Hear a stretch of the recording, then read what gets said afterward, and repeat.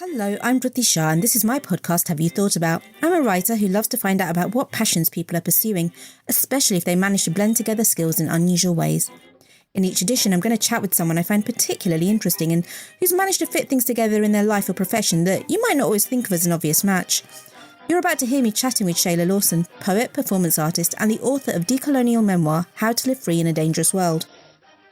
I have been a lifelong curious reader. So for me, the story really started to form when I was very young, and I used to read all sorts of books about other people's travels. I was really obsessed with the Harlem Renaissance, Langston Hughes, Josephine Baker, Zora Neale Hurston, James Baldwin, all these people going out and finding this way broader world outside of living in the United States. And as time went on, I finally got the opportunity to start to build that for myself and to see the world in all these glorious ways. And my first iteration of starting to write about that came in poetry. It came in a lot of verse. I love to do a lot of work with music, and I love just having a lot of musicality and sound. Thinking about, when you're traveling and you've got your suitcase, you usually have a playlist or something, I have songs that I love to listen to when I'm like rolling my suitcase through an airport and things like that. And I wanted to have that feeling of this sonic celebration of what it's like to journey, whether it be moving around from city to city or whether it's just moving around inside of yourself and figuring out things. And that manifested in this wonderful experiment of how to live free in a dangerous world. It's very, very lyrical. So how was the editing process? It's really phenomenal that you asked that, because one of the things that I was really excited about this time around was getting to use different tools. So I actually spent a lot of time using Otter AI. I would record a lot of what I was thinking about, because it was also a book that was taking place at a time where I was experiencing these massive changes in my body. I had to even shift my identity drastically from being what I used to talk about as cosplaying like a normal person. And like I used to cosplay being a normie, and then I went into being a full blown, like chronically ill, disabled person.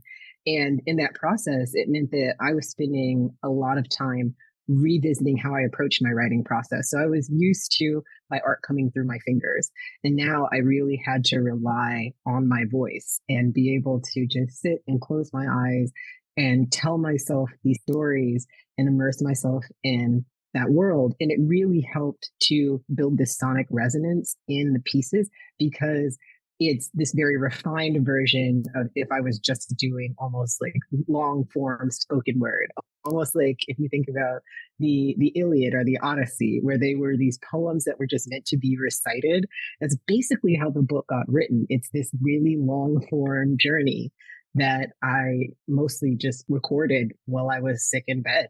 So I also just love that as kind of a message to people who are feeling like they can't do things. This was my opportunity to figure out at a time when everybody was telling me my career was over, that, everybody was looking at me as a lost cause, that here is this way that I got to champion over that by just being patient with myself and figuring out kinder ways to make art. But it's so fascinating that you say that, because when you read it, it does actually feel that we're coming on the journey with you, that we are traveling with you, not that you're in bed or that you're, even sitting down writing or creating this. So being able to have that skill to do that, is that something that comes naturally or that you've really had to train yourself to be able to do? It did not come naturally. It took some work. But what was wonderful about it is that work also really helped me think about place. So when I'm in a car, thinking about the sound of being in a car and sitting in the back seat in Zimbabwe and hearing my friend turning up the radio dial and the beers sloshing the little console. And, it really made me immerse myself in the experience, because I had to shift thinking about it in a very cerebral, visual way and start thinking about just re-embodying that experience almost like a dream state. So what was really helpful is that at the time I was living close to the beach. So the way that I first started was I would open up the windows and I would just listen to the sound of the waves and think about that as this way of carrying me back into like being on the beach in Bermuda and sitting by the waves with my notebook and writing and meeting all of these wonderful liberated women, or these ways that it reminded me of just movement in general and the ways that we can transport ourselves through dreams. So that's a lot of the way that that process worked for me. But it took a good like 6 months to a year before I felt like I got it down. And then there's parts of the book where they're really challenging stories. So when I start talking about the transitions that my body made, and I start talking about thinking about how Frida Kahlo did her work and things like that. There are points, if you go back and actually listen to the recording, where I'm crying, or the recording might take 3 hours to get what ends up being an essay that's only 3 pages long in the book because of the long pauses that I'm taking to just make sure that I stay embodied in that experience. So those in and of themselves are an interesting art piece, I would say. But I love how in the concentration of how to put this together as a book, my editors at Tiny Reparation were so supportive of the idea of really just honoring the story as it came and listening to it so it doesn't lose that raw quality. And I love that that still shines in what we see in the final product. It's definitely a very, very raw, vulnerable piece of writing. But now you live with, and tell me if I'm pronouncing this incorrectly, is it Ehlers-Danlos syndrome? And you're quite Yes. unflinching, and you're quite unflinching about it in the memoir. But what is the condition? And can you just give a little bit of insight into how it affects your life? Absolutely. Ehlers-Danlos syndrome, and that's as close a pronunciation as I have as well. I think some people pronounce it slightly differently. Well, what I have, because there's about 13 different forms of Ehlers-Danlos, and it can attack any part of your body. So it could be vascular, it could be a wide range of things. I have a version that is a joint tissue connective disorder, which means that everywhere I have joint tissue, it has the ability to disintegrate or break or bend at will. So it reminds me a lot of like just being silly putty or being Gumby, where parts of myself, I'll wake up in the morning and something will be like stretched out in some weird way. I remember that strange movie, Death Becomes Her, where like at the end of it, Meryl Streep's head is like turned backwards. And that is how I feel often. And that's often like what's happening with my body. It will do very strange things, but it's a very under-recognized condition. I did not know I had it until about 2 years ago when it started to really disrupt my life. Part of my mission has also become to build awareness for chronically ill people in general, but also people who are suffering from rather rare conditions that people might ignore or treat as if it's something that they're making up. Because for decades, I went through this experience of doctors telling me, this isn't real, you're making this up, this couldn't possibly be happening, it's not medically possible.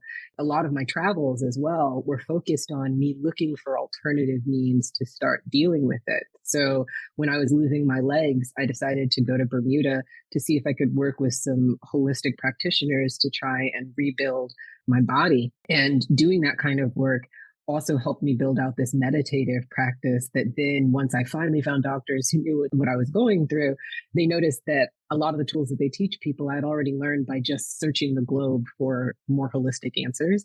I tend to get anywhere from 3 to 6 surgeries a year on my different joints. And it means a lot of like healing and recovery is a process that I'm constantly struggling with. But you do go into a lot of detail in the book in terms of experiences, and it feels like there's nothing you actually shy away from. You know, you talk about the nuances of your relationships, of racism, of sexuality, of sensuality, this chronic illness. Was there anything at one point when you thought, oh, shall I go ahead with it? Shall I not go ahead with it? And then really pushed through and felt comfortable with what you've given to the world, as it were? One of the things that this book really helped me to do is re-examine some of my heroes and recontextualize them. So in the process of thinking about travel, so I start the book. I was born in Minnesota, in Minneapolis, Minnesota, where Prince became famous, and I think about people like Prince. And then in the process of becoming disabled, I started thinking about Sammy Davis Jr., who my dog also named after. And I think about Frida Kahlo, as I mentioned, and how she had to paint in bed. And when I started thinking about the things that they offered us in this world as disabled misfits, it made me start thinking about what could I also offer at this time? How much of myself could I be willing to give? And it's part of why the book is called, How to Live Free in a Dangerous World, because we do live in a society where people are being burned. The idea of sharing this much of yourself, of sharing your multiplicity becomes very dangerous. But that's also why I think it's so incredibly important, because we are free people. We are meant to be free thinking, free living individuals. And it is scary as I think about how are people going to receive this? How are they going to receive me learning all of this information? I think about the fact that there's a line in the book where I talk about ass licking. And I think about there are times where I talk about like having sex as a disabled person and putting on my prosthetic neck brace or my leg braces as part of the turn on. And I am curious about how culture is going to receive this kind of story. But I also know that these stories are so important because there are people who are building salvation out of these wonderfully inventive private lives. And that's traveling too. And I just felt the only way to tell that story authentically was to share my own experience. It is a travel memoir, but there is that very, very deep, raw exploration of your own identity, but amongst a much wider societal picture. There is that exploration of your own sense of belonging, or at least that's my interpretation of it. So that process of curating yourself against this huge backdrop, did you ever get overwhelmed, and how did you navigate through that? This was a liberation for me because for so long I have allowed societal structures to put me in a very specific box. Living as an African American in the United States, whiteness is such a pervasive concept. And in the process of this book and trying to remove the framework of myself juxtaposed against a white background, I wanted to start to think about what it is to just inhabit myself fully and inhabit the full breadth of what that means. And so I started thinking about the cosmos, that this beautiful universe is built on this Black background. So if I started to use that as the canvas on which I started curating who I could be, that language is expansive.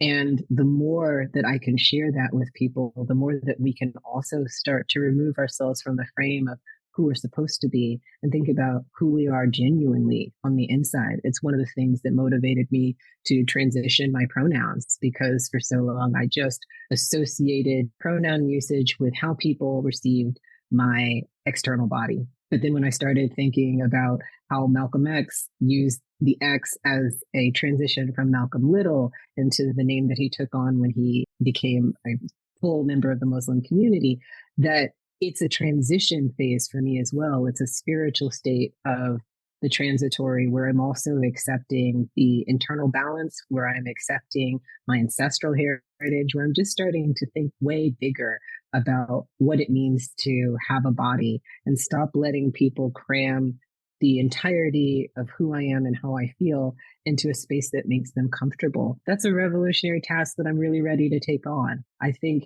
becoming a disabled person was the point where I realized that the world will make you as small as you let it.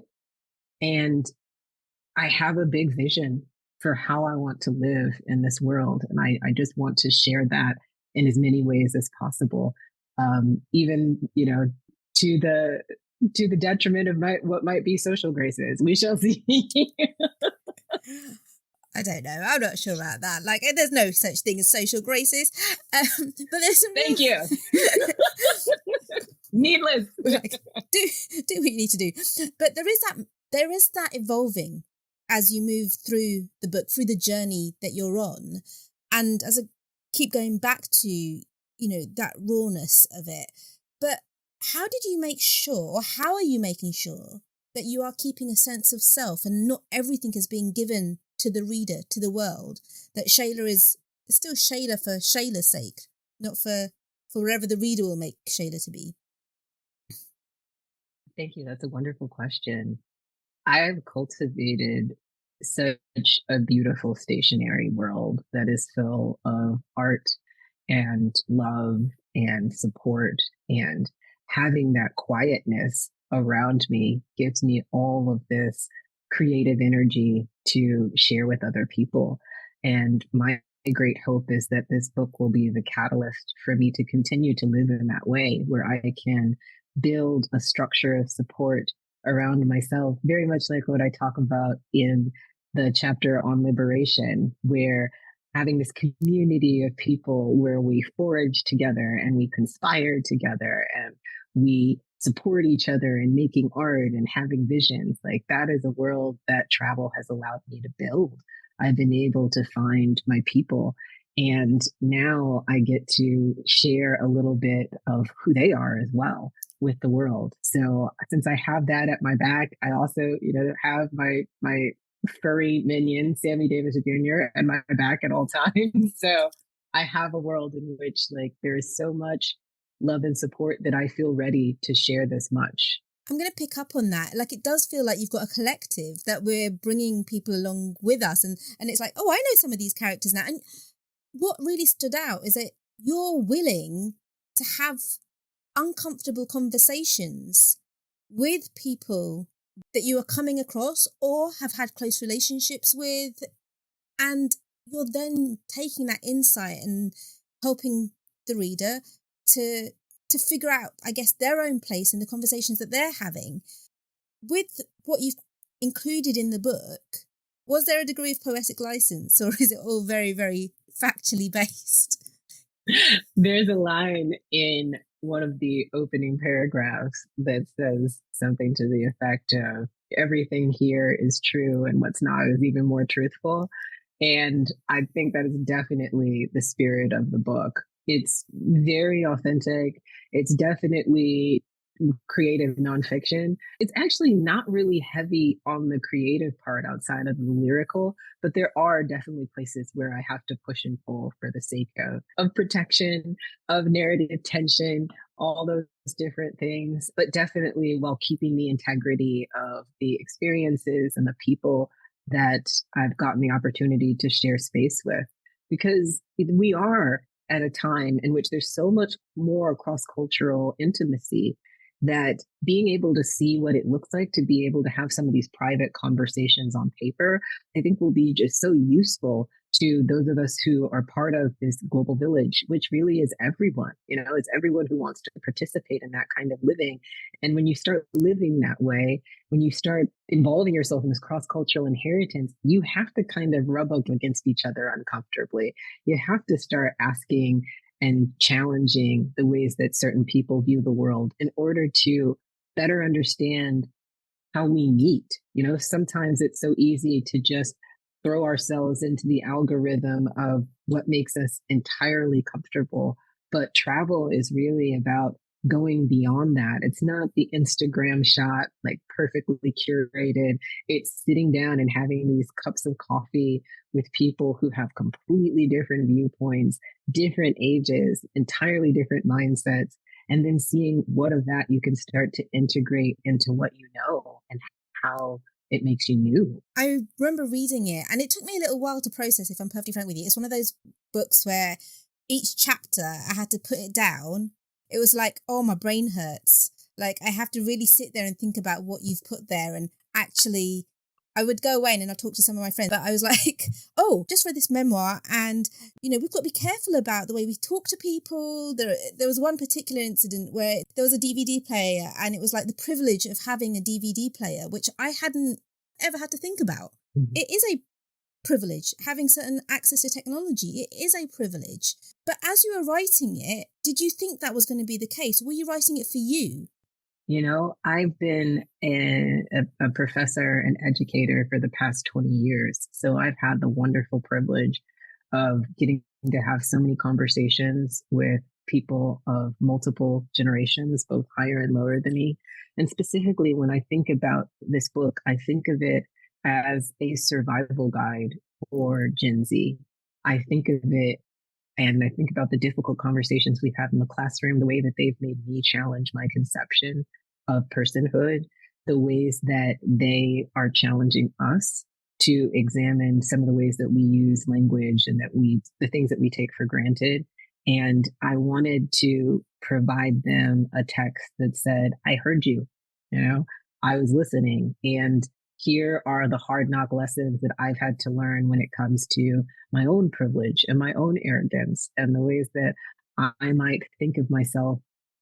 So what's nice too is because I have that system of checks and balances, it provides me with this sense of not building an ego around it. I had a gorgeous experience this summer in Senegal, getting to spend time at a really international dance studio. And one of the students, in looking at some of my earlier work, was asking, it's very nice that you spend a lot of time writing about African Americans, but do you think about Black people across the diaspora? Are you writing those stories? Have you figured out how?